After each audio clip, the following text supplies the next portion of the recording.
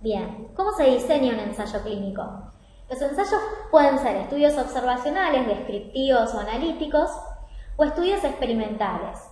Los estudios experimentales pueden ser no controlados o pueden ser controlados. ¿Qué quiere decir que un estudio experimental sea controlado o no controlado? Vamos a suponer un ejemplo. Vamos a suponer una patología, ¿sí? Que hasta ahora no se desconoce muy bien cómo es el desarrollo de esa patología, ¿sí? Entonces uno le administra a todos los pacientes que tienen esa patología un fármaco X nuevo, ¿sí?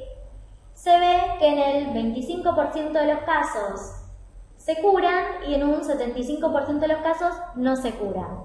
La pregunta es, si yo le di ese medicamento a todos los pacientes con esa patología, ¿cómo sé que el 75% se curó por el fármaco y no porque era la evolución natural de la patología curarse? ¿Se entiende? Si yo no tengo un grupo control, no sé qué es lo que hubiera pasado si el paciente no era medicado y se dejaba libre a la evolución de la patología.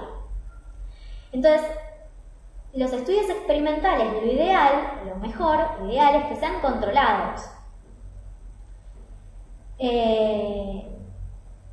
Los estudios controlados pueden ser por grupos paralelos. Un grupo de individuos recibe el producto en investigación y el otro recibe el tratamiento control, que como dijimos el control puede ser el estándar o puede ser placebo en la minoría de los casos.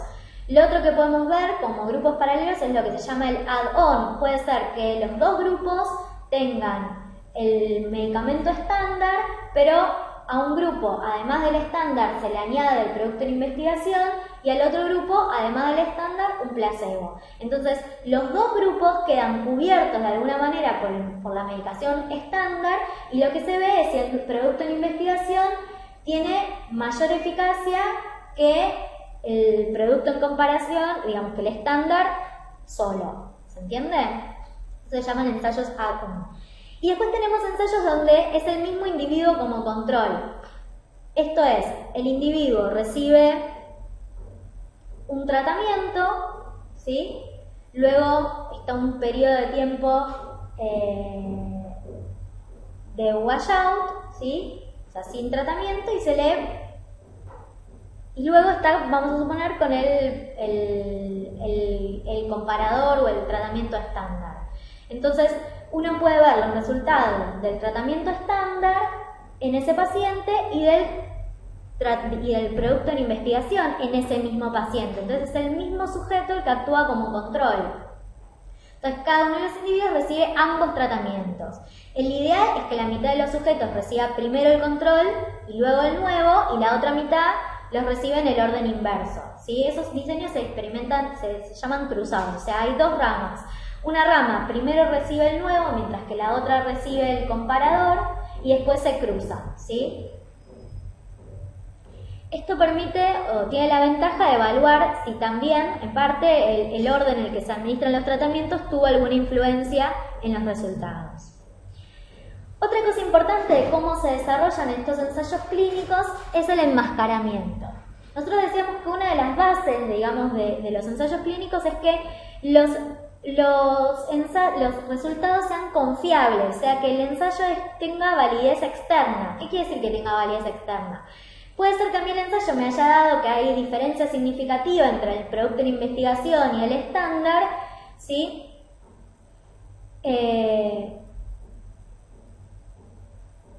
Pero que cuando el producto se comercializa, ese efecto no lo veo. Si ese efecto no lo veo, es porque no tiene validez externa ese ensayo, ¿sí? Por algún motivo se introdujeron sesgos, ¿sí? Errores sistemáticos que hicieron, ¿sí? Que pierda su validez externa y su validez interna. Por ejemplo, si el paciente sabe que está recibiendo el placebo en vez del fármaco en investigación, puede pensar o puede pasar, ahora después lo vamos a ver, que tenga una percepción distinta de si está recibiendo el nuevo fármaco. Y eso es un sesgo, ¿sí? O sea, puede ser que ese paciente que sabe que está recibiendo el placebo, por ejemplo en un estudio de dolor, sienta más dolor, que el dolor es un componente sumamente subjetivo, que si supiera que está recibiendo el producto en investigación. Y tal vez ese dolor no es algo real. ¿Se entiende lo que quiero decir? El investigador puede, si sabe qué medicamento está recibiendo el paciente, puede ser que inconscientemente o conscientemente levante los datos en forma incorrecta, sobre todo datos que son subjetivos, ¿sí? Como decíamos antes, percepción del dolor, ¿sí? Y esos son sesgos que afectan, ¿sí?, la validez interna y externa de esa investigación. Entonces, una de las cosas que mejor impide, digamos, la introducción de sesgos es lo que se llama enmascaramiento. Esto es, por ejemplo, un ensayo clínico a doble ciego. En el doble ciego, ni el investigador principal ni el paciente saben a qué rama del ensayo clínico pertenecen. Si están con el ensayo, con el producto en investigación, o si están con el nuevo producto, o si están con el comparador, si están con el producto en investigación o si están con el placebo, ¿sí? No lo saben ni el investigador principal ni el paciente. Entonces, los datos que se van a recolectar, ¿sí?, que va a recolectar el investigador principal o que va a manifestar el paciente, son en principio ciegos, porque no se sabe a qué rama del tratamiento están. Y entonces van a ser lo más fidedigno posible o lo menos sesgados posible. Puede ser ciego simple. Lo ideal es que sea doble ciego. Ciego simple es cuando solamente el paciente no sabe a qué rama está, mientras que el investigador principal sí. Y esto se hace solo cuando su aplicación por razones técnicas o éticas no es posible. Ahora imagínense que se está probando una inyección intramuscular versus el comparador, que es la formulación oral que existía comercialmente. En ese caso el paciente va a saber que cuando le estén dando la oral, si le tocó tomar comprimido, va a estar dentro de la rama del producto que ya se comercializaba, es decir, del comparador, mientras que si le toca inyecciones intramuscular, va a estar en la rama del producto en investigación. Entonces ahí se estaría rompiendo el ciego. Entonces, ¿qué se hace cuando el ensayo lo que pretende es evaluar formulaciones distintas? Lo que se le hace es, a una rama se le da, imagínense la rama que está en el comparador, se le da el oral con el principio activo y una inyección intramuscular placebo, ¿sí?, solución fisiológica. Mientras que al otro grupo se le da la oral placebo y la intramuscular con el principio activo. Entonces, de esa manera se evita romper el ciego, ¿sí? Hay ciertos casos que obligan a romper el ciego, que es cuando, por ejemplo, un paciente desarrolla un efecto adverso severo. El investigador principal y el patrocinador tienen que romper el enmascaramiento porque tienen que saber si se trataba del producto en investigación o del otro producto, también para evaluar si es necesario interrumpir el ensayo clínico o no. Después, ensayo clínico triple ciego, que esto es aún mejor que el doble ciego porque ni el investigador principal ni el paciente saben en qué rama se encuentra ese paciente, pero además los que analizan los datos, los que hacen el análisis estadístico de los datos, no saben si se trata del comparador o del nuevo fármaco, ¿sí? Y el ensayo clínico a doble enmascaramiento o double dummy es lo que yo les contaba antes del comprimido oral y el comprimido intravenoso, ¿sí? Bien. Otra cosa que es ideal, entonces ya dijimos que es ideal que los ensayos sean experimentales y controlados, y que es ideal que sea doble o triple ciego. Otra cosa que es ideal es que sea aleatorizado o randomizado. ¿Qué quiere decir que sea aleatorizado o randomizado? Que la manera en que el paciente, digamos que el paciente puede entrar a una rama o a otra rama del ensayo clínico en forma aleatoria, ¿sí? Y esto también me permite evitar sesgos. ¿Por qué? Porque imagínense que el investigador principal quiere que el nuevo producto en investigación sea el más beneficioso. Entonces puede incorporar o puede reclutar pacientes que estén menos graves, imagínense. Por ponerles un ejemplo, que esto se llama sesgo de selección. Entonces, para evitar que haya sesgo, por ejemplo, de selección, lo ideal es que los pacientes, tanto los graves como los más graves, los menos graves, se distribuyan de manera homogénea y aleatorizada. ¿Sí? Que toque por sorteo quién va a estar en la rama control y quién va a estar en la rama tratado. Y esto me va a permitir, esto de aleatorizar, me permite generar dos grupos que son homogéneos y comparables, ¿sí? Y evita el sesgo del investigador en la asignación de casos a los grupos, ¿sí? Y entonces me permite, obviamente, garantizar que los test estadísticos van a tener valores de significación estadística válidos, ¿sí? Entonces yo voy a tener dos grupos, en los dos grupos se van a distribuir por igual los sexos, en general cuando uno lo pone al azar, en general se distribuyen, quedan bastante equilibrados en cuanto a sexo, en cuanto a grados de severidad de la enfermedad, distintos si yo digo, bueno, todo este grupo va a ser más severo, todo este grupo va a ser más grave, ¿sí? Esto es en general la regla de la aleatorización. Me permite disminuir sesgo y hacer más confiables los datos. Entonces, lo ideal es la asignación aleatoria. Esto es importante, al paciente en el consentimiento informado se le dice, se le explica que le va a tocar en una rama o en la otra por azar y que tiene tales posibilidades de estar en una rama o estar en otra, porque hay veces que hay ensayos clínicos que tienen 4 ramas, entonces tiene 25% de posibilidades de estar en cada rama, ¿sí? 4 ramas porque una es estándar solo, otro es estándar más el nuevo producto de investigación, otro es solo el producto de investigación y otro es el producto más, ¿se entiende? Pueden haber varias ramas. Lo otro que decíamos es el ideal el enmascaramiento. El análisis estadístico se hace bajo intención de tratar, porque puede ser que a lo largo del ensayo clínico haya pacientes que salgan voluntariamente o porque hacen efectos adversos o por lo que sea, salen del ensayo clínico, igual se hace el análisis estadístico. Bien. Entonces hay que siempre tratar de controlar los sesgos de selección y todos los fenómenos que puedan ser de confusión en cuanto a los resultados. Acá tenemos un ejemplo de ensayo cruzado, donde tenemos 3 grupos. Uno en la primera semana está con el estándar, en la segunda con el placebo y en la tercera con el producto en investigación, un ejemplo. Y después se cruza y digamos, simultáneamente hay otro grupo que está primero con placebo, después con el tratamiento nuevo, después con el estándar, etc. Y siempre hay un periodo de washout o de lavado entre las semanas de tratamiento. Este es un diseño en paralelo, hay 3 grupos en paralelo, uno está con el estándar, otro con el placebo y otro con el producto nuevo, etc. Bueno, esto ya lo veníamos diciendo, pero doy... y nos cierra un poco la definición. El placebo es un medicamento que no tiene la droga activa o el principio activo, o sea que es inerte.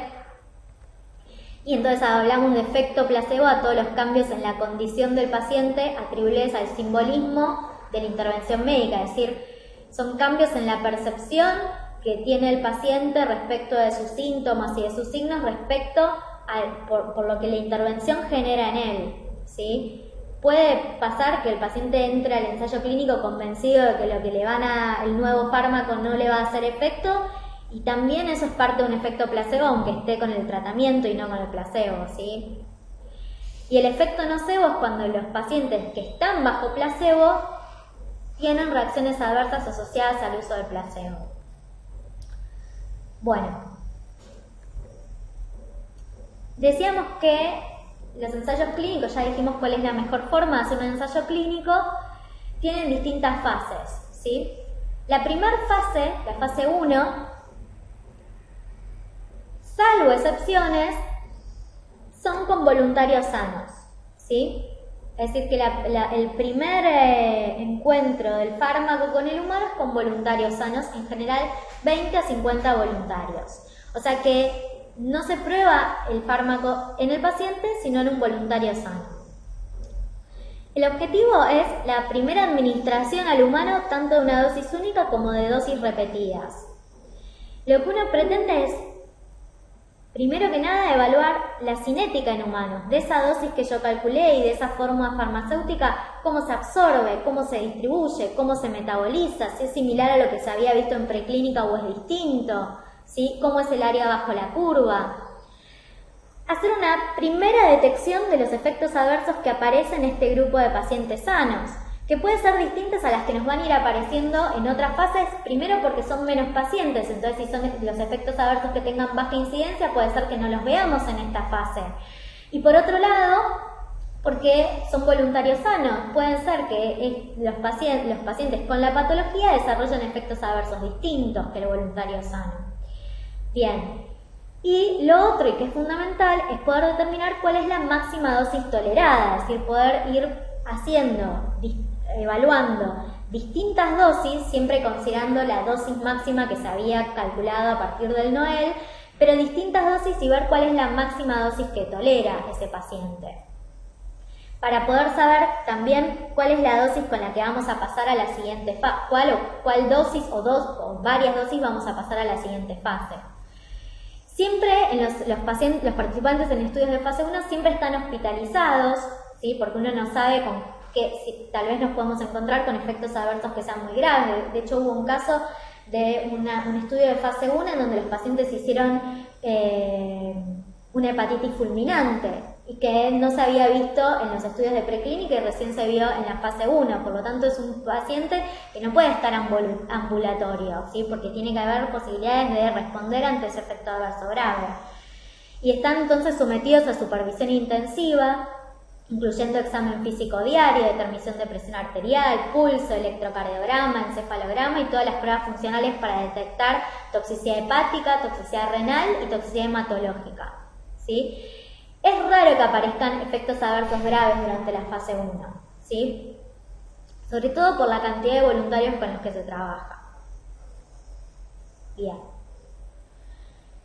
Entonces, uno de los principales objetivos de la fase 1, como decíamos, es obtener la dosis, ¿sí? El régimen de dosis ideal. Lo ideal del régimen de dosis es que tenga baja fluctuación, baja acumulación, rápido alcance, ¿sí? del punto de equilibrio, el steady state. Lo ideal es que tenga una cinética lineal, ¿sí? Porque las cinéticas no lineares implican riesgos de seguridad por saturación en la eliminación y riesgos de eficacia por saturación en la absorción. Bien. Lo otro es evaluar la ventana terapéutica, ¿sí? Lo ideal es que tengan el índice terapéutico más amplio, es decir, que la diferencia entre la dosis tóxica, la menor dosis tóxica y la mayor dosis terapéutica sea lo menor posible, ¿sí? Son fármacos que tengan el índice terapéutico más amplio. Bien. La fase 2 la podemos dividir en una fase 2 temprana y una tardía. En la fase 2 temprana ya hablamos de pacientes, ya no son voluntarios sanos, son 20 a 50 pacientes seleccionados, es decir, que ya tienen la patología para la cual se está usando ese fármaco. Es decir, si se está haciendo un ensayo clínico para determinar la eficacia de un antihipertensivo, los pacientes van a ser pacientes que tengan hipertensión arterial con, digamos, cierto criterio de selección.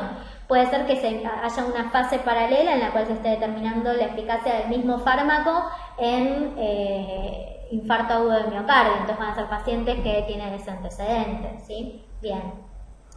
El objetivo es definir la dosis terapéutica, ¿sí? Definir la eficacia y la seguridad en el tratamiento en pacientes con la patología en estudio. O sea, ya vimos la farmacodinamia en un paciente sano, es decir, en la fase 1 vimos cómo era el mecanismo de acción en un voluntario sano, pero ahora tenemos que ver el mecanismo de acción y la eficacia en un paciente con la patología, ¿sí? Y ver cuál es la dosis terapéutica tolerable y la dosis terapéutica en la que se ve mayor eficacia.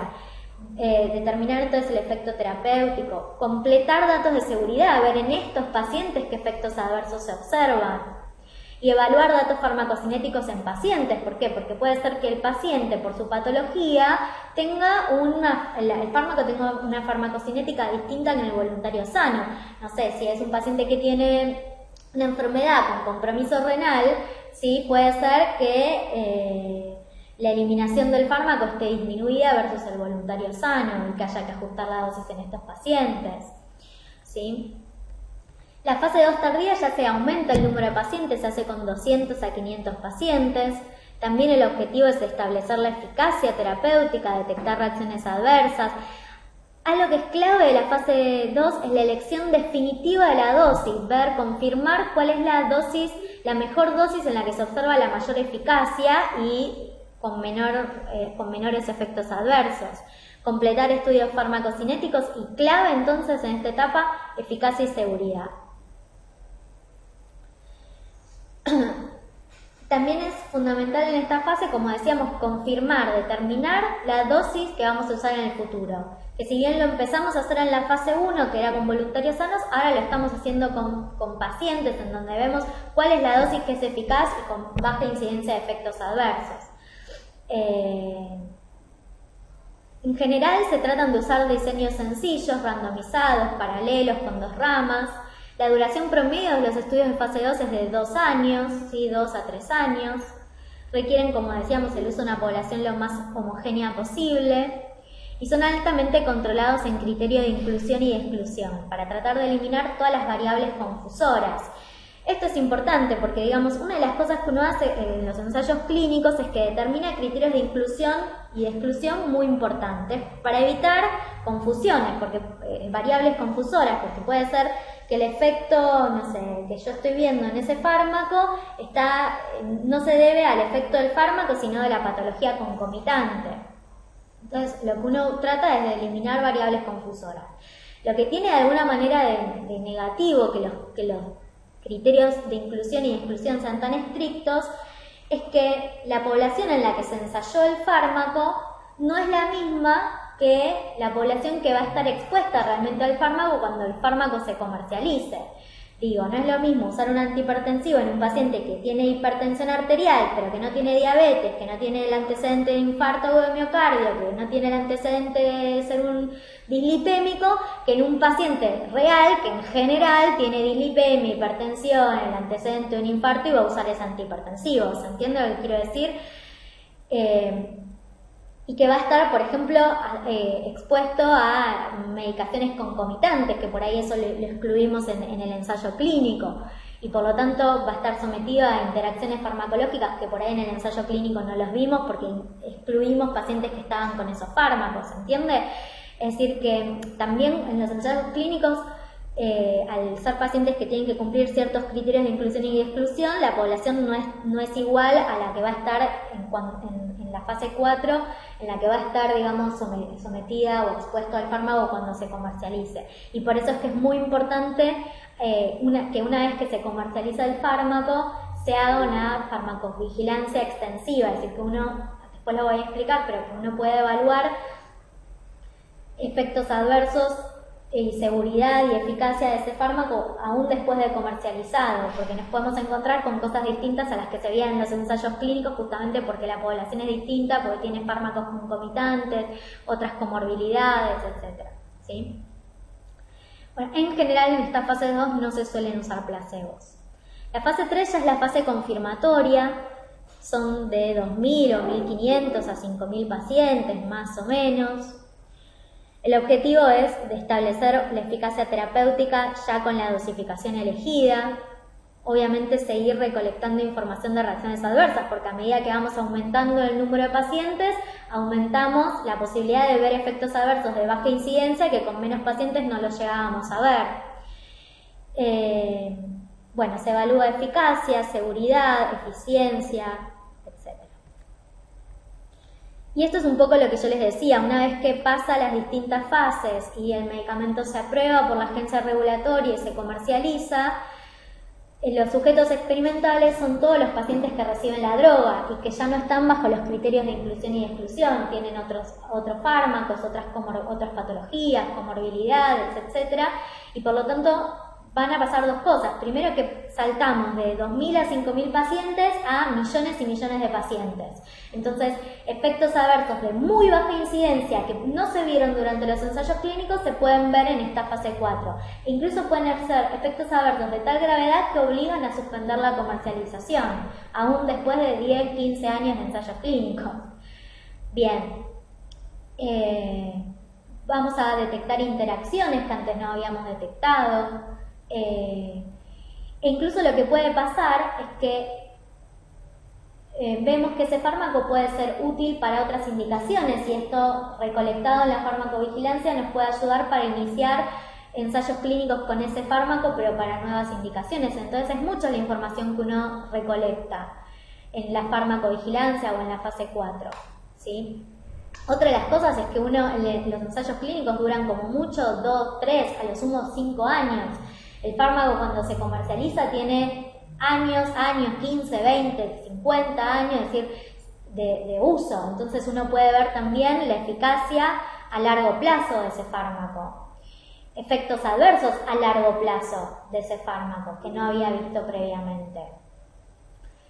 Nuevas indicaciones, como decía, nuevas dosis, nuevas vías de administración. Se pueden hacer estudios de farmacoeconomía. Pero es básico el tema de la detección de reacciones adversas y esto es importante, entonces, poder reportar los efectos adversos de todos los fármacos que se están utilizando. Y ahora vamos a hablar un poco de esto. La farmacovigilancia, entonces, es la ciencia y las actividades relacionadas con la detección, evaluación, conocimiento y prevención de reacciones adversas y otros posibles problemas relacionados con los medicamentos. La farmacovigilancia no solo detecta la aparición de efectos adversos con un fármaco que se estaba comercializando, también detecta falta de eficacia, también detecta errores de medicación, errores en el prospecto, errores en la presentación. ¿Sí? Todo eso también es parte de la farmacovigilancia. Puede ser que un fármaco esté disminuido en su eficacia porque hubo errores en la manufactura o errores en el transporte, en el mantenimiento de ese fármaco que perdió eficacia. Entonces, bueno, todo eso tiene que recolectarse en lo que es la farmacovigilancia. Bien, pero dijimos que una de las cosas más importantes que toma la farmacovigilancia son los efectos adversos. Y de vuelta uno habla de evento adverso, reacción adversa, efecto adverso como sinónimos y en realidad no son sinónimos. Un evento adverso es cualquier manifestación clínica o biológica no deseada que se presente durante el tratamiento con un medicamento o con una especialidad medicinal, el cual no tiene necesariamente una relación de causalidad con el tratamiento realizado o con el estudio clínico en ejecución. Imagínense un paciente que está en un ensayo clínico con un antihipertensivo nuevo, ¿sí? El paciente sale a la calle y lo atropella un auto. Lo pudo haber atropellado el auto porque el auto venía a contramano y pasó un semáforo en rojo y lo atropelló, o lo pudo haber atropellado porque el paciente hizo un episodio sincopal por el antihipertensivo, se desmayó y lo pisó el auto. Es decir, que un evento adverso es cualquier cosa que le sucede a ese paciente durante el transcurso, por ejemplo, del ensayo clínico, ¿sí? Ya sea lo pisó un coche, hizo un rash, hizo fiebre, hizo granulocitosis, cualquier cosa que sucede. Y que puede estar o no asociada al medicamento. Puede haber hecho granulocitosis porque tuvo una infección viral y no por el fármaco, ¿sí? Eso es un evento adverso, cualquier cosa que sucede que no necesariamente guarda relación de causalidad con el tratamiento. En cambio, una reacción adversa es una reacción nociva, obviamente indeseada tras la administración de un fármaco a la dosis utilizada habitualmente en la especie humana para prevenir, diagnosticar o modificar cualquier función fisiológica. No tiene necesariamente relación causal, pero sí tiene relación temporal, es decir, la puedo asociar al medicamento, ¿sí? Es decir, después puedo definir si estaba o no estaba decididamente asociada al medicamento, pero en principio guarda una relación temporal y de causalidad. Digo, la causalidad puede ser fuerte o débil, pero hay una relación de causalidad. Entonces, todas las reacciones adversas son eventos adversos, pero no todos los eventos adversos son necesariamente una reacción adversa, porque no todas los eventos adversos tienen relación causal con el fármaco, entonces no todo evento adverso es una reacción adversa. ¿Entiende?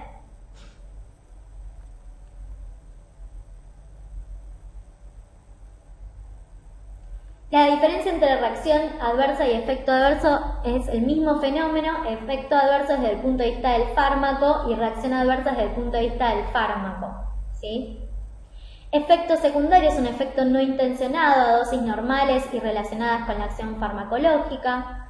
Efecto colateral es acción farmacológica diferente de la terapéutica y o igual acción farmacológica en tejidos diferentes del deseado. Y efecto tóxico ocurren con dosis supraterapéuticas, dando lugar a una exageración del efecto terapéutico deseado. Bien, fíjense algunas cosas de los efectos adversos, de las reacciones adversas medicamentosas. Representan el 2,5% de las consultas médicas y el 5% de los ingresos hospitalarios. El 5% de los ingresos hospitalarios son por reacciones adversas. Hasta el 40% de los pacientes presenta al menos una reacción adversa durante el consumo de fármacos. El 10 al 20% de los pacientes hospitalizados presentan una o más reacción adversa durante su estadía, de las cuales 7% son graves y 0,3% son mortales. Y es la sexta causa de mortalidad en Estados Unidos, luego de de cáncer, ACV, EPOC y accidentes de tránsito.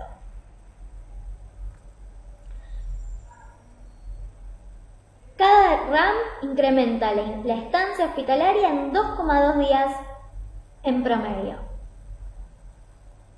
Bueno, y así podemos seguir dando datos, pero lo que les quiero decir con esto es que es fundamental que los médicos estemos alerta a los eventos adversos, que conozcamos los eventos adversos antes de dar un fármaco y que cuando vemos ciertos signos o síntomas en un paciente, no siempre pensemos que se debe a una patología y pensemos en la posibilidad de que se trate de un efecto adverso de los medicamentos que están tomando. Que es importante reportar los efectos adversos a la ANMAT para que la ANMAT pueda regular ese fármaco y para que pueda aumentar el conocimiento respecto de la seguridad de ese fármaco. Bien, respecto a la gravedad de los efectos adversos, se clasifican en dos categorías, no serias y serias. ¿Cuándo las reacciones adversas las consideramos serias? Cuando producen la muerte del paciente o la amenaza directa de la vida del paciente, o requiere hospitalización o prolongación de una hospitalización, o causa malformaciones congénitas o discapacidad significativa o permanente, o cualquier evento médico importante a criterio del profesional tratante. Y se incluye también dentro de las serias la transmisión de un agente infeccioso. Cuando en un ensayo clínico ocurren eventos adversos serios, el investigador principal en cuanto se entera, lo tiene que reportar al comité de ética y se debe reportar al sponsor y el sponsor lo debe reportar obligatoriamente a la ANMAT dentro de un periodo de tiempo que está dispuesto por la disposición 66-67, pero es un periodo de tiempo corto. Es obligatorio. Bien, las no serias las dividimos en leves y moderadas. Leves signos y síntomas fácilmente tolerados, que no requieren tratamiento, que en general son de corta duración y que no interfieren en la vida normal del paciente, como náuseas, diarreas.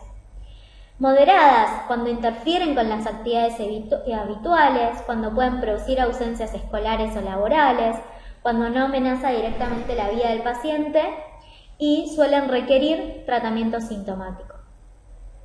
Algo que por ahí no quedó claro, pero cuando en un ensayo clínico, obviamente que todas las reacciones adversas tienen que estar en la historia clínica y obviamente en el CRF, ¿sí? Y se tienen que analizar. Lo que digo es que cuando son severas se tienen que reportar inmediatamente tanto al comité de ética como a la ANMAT y al sponsor. Bien, acá tenemos una clasificación de los tipos de reacciones adversas. A, cuando están relacionadas con la dosis. B, no relacionada con la dosis. C, relacionadas con la dosis y con el tiempo de administración. D, relacionadas con el tiempo. E, relacionadas con la retirada. Y F, que es falta de eficacia. Acá estábamos lo que veníamos diciendo de acuerdo a la frecuencia o a la incidencia de los efectos adversos, cuando se empiezan a detectar. Entonces, cuando los efectos adversos son de una frecuencia elevada, de 10% más, se ven en la fase 1 o 2. Pero cuando son de baja incidencia, recién se empiezan a ver en una fase 3 o incluso en una fase 4. Acá está el tema de la relación causal, ¿sí?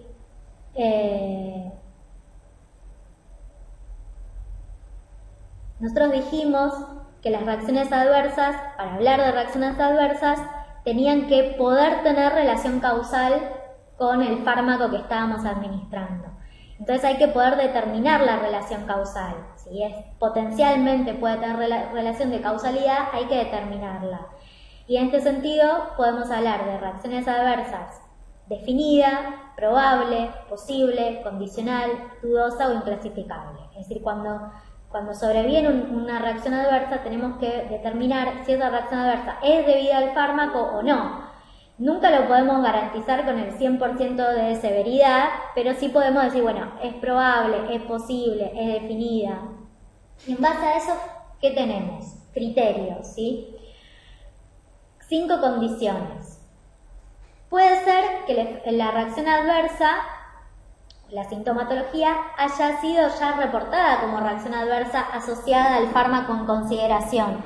Por ejemplo, que un paciente con penicilina desarrolle un edema angineurótico, ¿sí? O desarrolle un cuadro de hipersensibilidad. Está súper descrito en todos los ensayos clínicos, en el protocolo del fármaco, en el prospecto del fármaco, que las penicilinas pueden producir hipersensibilidad.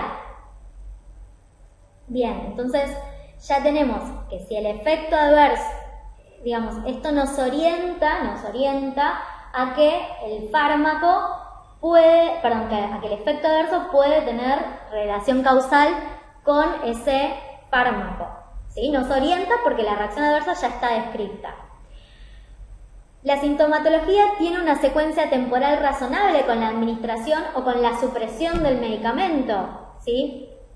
Supresión porque podemos considerar un efecto adverso, por ejemplo, cuando estamos tomando corticoides en forma crónica y el paciente suspende, hace un síndrome de abstinencia o de supresión, que también lo consideramos reacción adversa.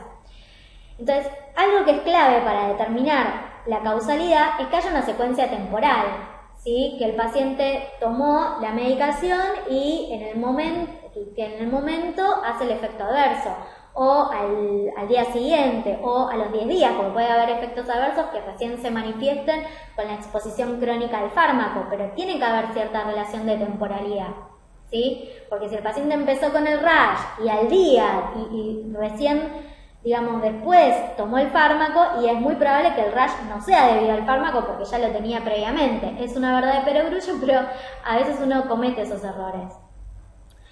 La sintomatología revierte al suspender el fármaco o al disminuir su dosis. Esto también nos orienta respecto de la causalidad, de que el efecto adverso se debe al fármaco, porque cuando uno disminuye la dosis o lo suspende, desaparece esa reacción adversa, revierte.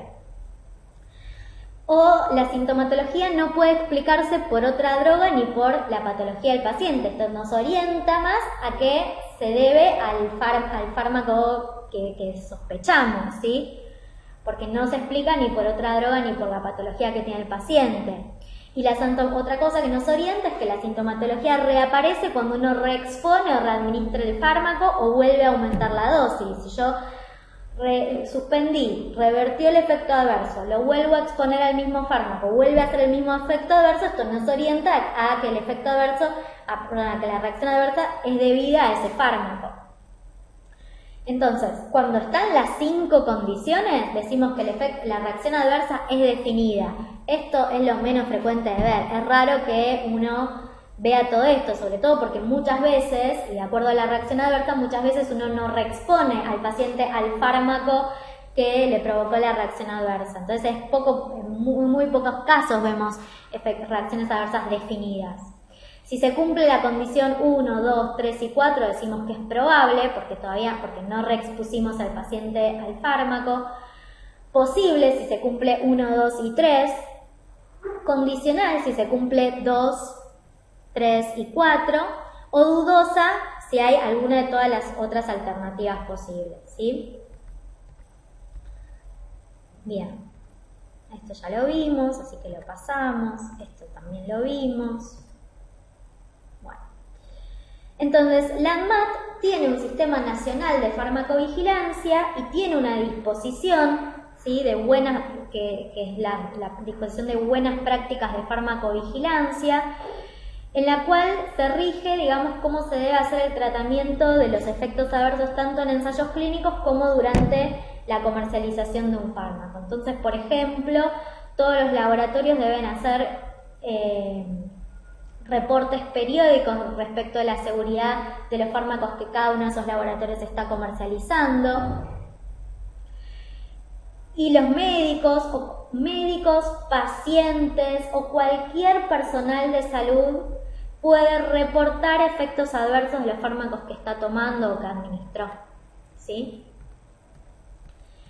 Entonces, lo que tenemos son distintos efectores periféricos, los cuales todos reportan al Departamento de Farmacovigilancia de la ANMAT, que es el efector central, ¿sí?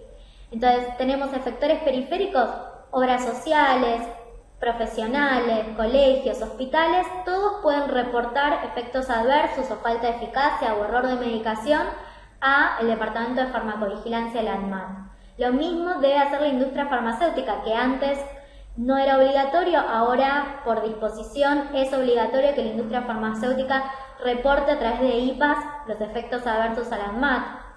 Los usuarios de medicamentos, los pacientes, pueden reportar a la ANMAT, ahora vamos a ver cómo. Los profesionales del equipo de salud deben reportar a la ANMAT, ¿sí? Bien. Para los profesionales del equipo de salud, desde ya les digo que no es punitorio, o sea, no es punitorio que no se reporten, no es obligatorio, pero digamos, sí es un deber ético hacerlo. ¿Cómo se hace esto? Bueno, tenemos varias cosas. Uno es lo que se llama la hoja de reporte o la hoja amarilla, que se puede descargar en el sitio web de la ANMAT, ¿sí? Si uno entra al sitio web de la ANMAT, puede cargarlo por vía online o puede cargarlo descargando este formulario y enviándolo escaneado por mail o por correo. Se puede completar este reporte de farmacovigilancia. Esto mismo lo puede hacer, dijimos, tanto los pacientes como el equipo de profesionales, los médicos, los enfermeros, cualquiera puede hacer el reporte de efectos adversos entrando a la página de la ANMAT y haciendo el reporte online, o descargando la página de la ANMAT este formulario y enviándolo por mail a la ANMAT. También se puede reportar en los centros periféricos, ¿sí?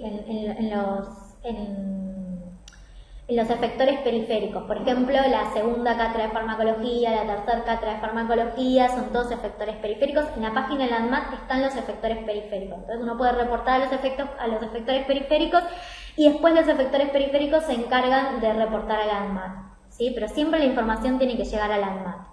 ¿Qué es lo que tiene esta hoja de reporte? Tiene que tener los datos del paciente, que puede ser el nombre, apellido o las iniciales. Es decir, que uno puede mantener la anonimidad del paciente poniendo solo las iniciales, ¿sí? El sexo del paciente es muy importante porque para poder sobre todo después hacer un análisis estadístico de estas reacciones adversas, si es más frecuente en los hombres o en las mujeres. La edad, el peso y la talla, lo mismo, para poder hacer un buen análisis estadístico de los datos después. Medicamento o medicamentos sospechados. Vamos a suponer, es raro que un paciente esté tomando un solo medicamento. En general lo que se van a encontrar es que venía tomando varios, ¿sí? Pero imagínense que el paciente venía crónicamente tomando el enalapril, el bisoprolol, la rosuvastatina, aspirina, crónicamente. Y de pronto hace una neumonía, empieza con ampicilina y hace un rash. Bueno, lo más probable es que el medicamento del cual sospecho sea el que introduje último y que guarda relación temporal con el cuadro del rash. Ahora, puede pasar que el paciente venía crónicamente tomando su IECA, su bisoprolol, su rosuvastatina y hace aumento de enzimas hepáticas. Bueno, ahí yo puedo pensar que como está descrito el aumento de enzimas hepáticas con rosuvastatina, ese es el sospechado y no el enalapril. Pero me puede pasar que el paciente esté con 4 fármacos, haga un efecto adverso, que ese efecto adverso no esté descrito como efecto adverso característico de todos esos fármacos, o que esté descrito en más de uno y que yo no pueda diferenciar a cuál de esos fármacos se pueda deber el efecto adverso, y entonces son todos sospechosos. ¿Se entiende? Ya sea porque está descrito en más de uno o porque no está descrito en ninguno. Bien, bueno, pero vamos a suponer este caso del paciente que hizo la neumonía y empieza con amoxicilina clavulánico. Entonces tengo que poner el nombre comercial, cualquiera, ¿sí? El nombre comercial. Es el nombre del laboratorio, perdón, no el nombre del medicamento del laboratorio que tomó, ¿sí? El ácido clavulánico y la ampicilina de Roche tiene un nombre comercial. Eso es el nombre comercial. Y esto es importante poner el nombre comercial porque yo identifico a qué laboratorio es y puede ser que se deba a un error de manufactura de ese laboratorio y no de otro, ¿sí? Bueno, pongo el nombre de la droga, o sea, el principio activo. La indicación para qué se lo dio, en este caso es neumonía o sinusitis. ¿Para qué se dio ese medicamento? ¿Cuándo empezó el tratamiento? Esto es importante para poder establecer una relación de causalidad, porque si el efecto adverso empezó el 5 de abril, pero la fecha de inicio del medicamento es el 8 de abril, y bueno, obviamente esto es un error, hay algo que está mal. Dosis administrada, ¿qué dosis administré? ¿Cuál fue la vía? ¿Y cuándo finalizó el tratamiento? Si lo finalizó, puede ser que lo haya finalizado por el efecto adverso, entonces corté el tratamiento. Puede ser que haya completado el tratamiento y mucho tiempo después aparece el efecto adverso, entonces para esto es importante. Poner el número de lote, porque puede ser que haya lotes que produzcan ese efecto adverso porque ese lote, digamos, lo produce ese lote y no otros, entonces es importante poder identificar el lote y la fecha de vencimiento de ese lote. Bien, describir el efecto adverso. ¿Cuándo empezó el efecto adverso? ¿Cómo fue el desenlace? El desenlace es, ¿requirió hospitalización? ¿Requirió tratamiento? Ese rash, ¿requirió que se le dé corticoide? ¿Requirió que se le dé una loratadina? ¿Cómo se resolvió? ¿Resolvió solo? ¿No requirió tratamiento? Entonces requirió. ¿Dejó secuelas? ¿Produjo riesgo de vida, de malformación, invalidez, disfunción? Porque entonces puedo ver si es una reacción adversa severa, moderada o leve. Si requirió internación, si produjo la muerte del paciente y cuándo. La fecha es la fecha de muerte, ¿sí? Bien. Y medicación concomitante es todo el resto de la medicación de la cual yo no sospecho que estaba concomitantemente el paciente. ¿Por qué? Esto es útil porque me permite detectar interacciones farmacológicas. Tal vez esa reacción adversa se debe a una interacción farmacológica. Por ejemplo, el paciente estaba con estatinas y agregó un fibrato y de pronto hizo una rhabdomiólisis. Bueno, hizo la rhabdomiólisis probablemente con la estatina sola no lo hacía, pero cuando asoció la estatina con el fibrato hizo ese efecto adverso. Bueno, con la droga, el principio activo, la fecha de inicio del tratamiento, la dosis administrada, la vía de administración y fecha de finalización si la hay. Si no la hay, se hace una cruz. Es importante no dejar espacios en blanco, aunque sea hacer una rayita o algo, porque el espacio en blanco, el que analiza después los datos, el que recolecta los datos no sabe si es que se olvidó de ponerlo, si es que no hubo fecha de finalización, o sea, en cambio si uno tacha, pone una raya, queda claro de que no es que se olvidó de ponerlo, sino que no hubo fecha de finalización. Esto es importante, parecen estupideces, pero hace después a cómo se levantan los datos y a la forma de analizar los datos, a la calidad de los datos. Bueno, poner si hubo reexposición y si la reexposición al medicamento sospechado reprodujo el efecto adverso. Después estos datos se analizan, por ejemplo, con un score de causalidad, como puede ser el score de Naranjo, que básicamente toma las condiciones estas que nosotros habíamos leído y nos permite determinar causalidad, si es definida, si es probable, si es dudosa. Bien, cosas del paciente, si tiene disfunción hepática, si tiene drogadicción, alcoholismo, alergia. ¿Por qué? Bueno, porque esto nos habla mucho. Es alcohólico y puede ser que se deba, puede haber falta de eficacia porque en realidad está aumentado el metabolismo de ese fármaco, entonces la falta de eficacia se debe a eso. Puede ser que haya disfunción hepática, entonces el metabolismo está alterado, la vida media está aumentada y la reacción adversa se debe a eso. Hay mucha información que nos dan todos estos datos. Bueno, el notificador tiene que poner nombre y apellido, poner si es médico o no, poner un dato de contacto. Es muy importante que el que notifica el efecto adverso ponga un dato de contacto. No porque se lo va a perseguir ni nada del estilo, al médico no se lo persigue, porque una de las cosas que tiende a pensar el médico es que el efecto adverso es una responsabilidad de él y por ahí se le puede, no sé, se le puede hacer un juicio o algo. No, para nada. Cuando el médico reporta, en ningún momento después se lo va a ir a buscar al médico con fines, digamos, con ningún otro fin que no sea el de obtener más datos, ¿sí?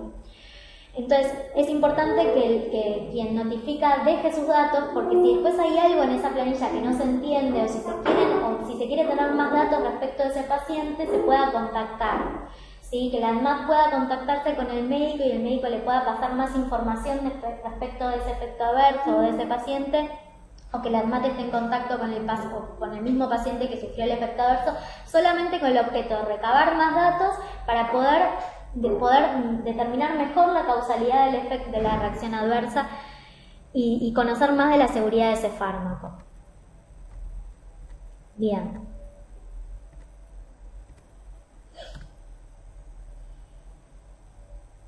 Es importante tener en cuenta que los datos del notificador serán confidenciales y la notificación es anónima, es decir, de vuelta, cuando se analizan los datos, se analizan poniendo un código único, un código de identificación del paciente, y si se publican los datos, se publican siempre respetando la confidencialidad de ese paciente. Nunca se va a saber el nombre y el apellido de ese paciente, ¿sí? Con lo cual, algo que aclaro es que el paciente puede no poner los datos, pero algún dato de contacto, aunque sea de su médico, tiene que haber, ¿sí?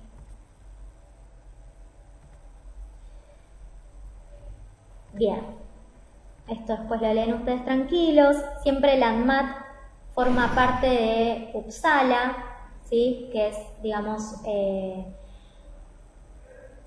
el centro principal donde están centralizados la recolección de los reportes de farmacovigilancia de todos estos países, ¿sí? Uppsala. Bien. ¿Cuáles son las acciones que genera este sistema nacional de farmacovigilancia? Reportar a Uppsala, que se conozca más respecto de la seguridad de los medicamentos. Puede incluso, a partir de datos generados en el sistema de farmacovigilancia, retirar del mercado una especialidad medicinal, producir modificaciones en el prospecto, modificaciones en la dosis, modificaciones en las indicaciones, cambiar las condiciones de venta, cambiar una formulación, ¿sí? Bien. Otra cosa que es importante son los planes de farmacovigilancia intensiva. Hay ciertos fármacos, como la talidomida en la Argentina y el ácido retinoico y la clozapina, que como están tan marcadas, digamos, como son tan conocidos los efectos adversos y de tal gravedad, que se hace un plan de farmacovigilancia intensiva. Por ejemplo, la clozapina es un antipsicótico que produce con un alto grado de incidencia a granulocitosis. Entonces, los pacientes que van a ser tratados con clozapina entran en un plan de farmacovigilancia intensiva. ¿Qué quiere decir esto? Firman un consentimiento informado y se los somete a hemogramas semanales durante las primeras 18 semanas y después hemogramas bisemanales o mensuales las siguientes 18 semanas. Entonces se monitorea estrictamente la aparición de este efecto adverso, que es la granulocitosis o la leucocitosis, ¿sí? Y se trata, si el paciente tiene algún episodio o algún efecto adverso, es el laboratorio el que se hace cargo del tratamiento de ese efecto adverso, ¿sí? De la granulocitosis. Entonces entra en un plan de vigilancia intensiva. Lo mismo pasa con la talidomida, ¿sí? Bien. Y hoy en día, además, al momento de que los distintos laboratorios presenten a las agencias regulatorias la solicitud de aprobación del fármaco, también suelen presentar un plan de minimización de riesgo en los cuales dejan establecido cuál va a ser el plan que el laboratorio va a tener para monitorizar los potenciales efectos adversos o eficacia de ese fármaco, ¿sí? ¿Cuáles son las acciones a tomar? Bueno, listo. Con esto finalizamos la clase. Muchas gracias por su atención.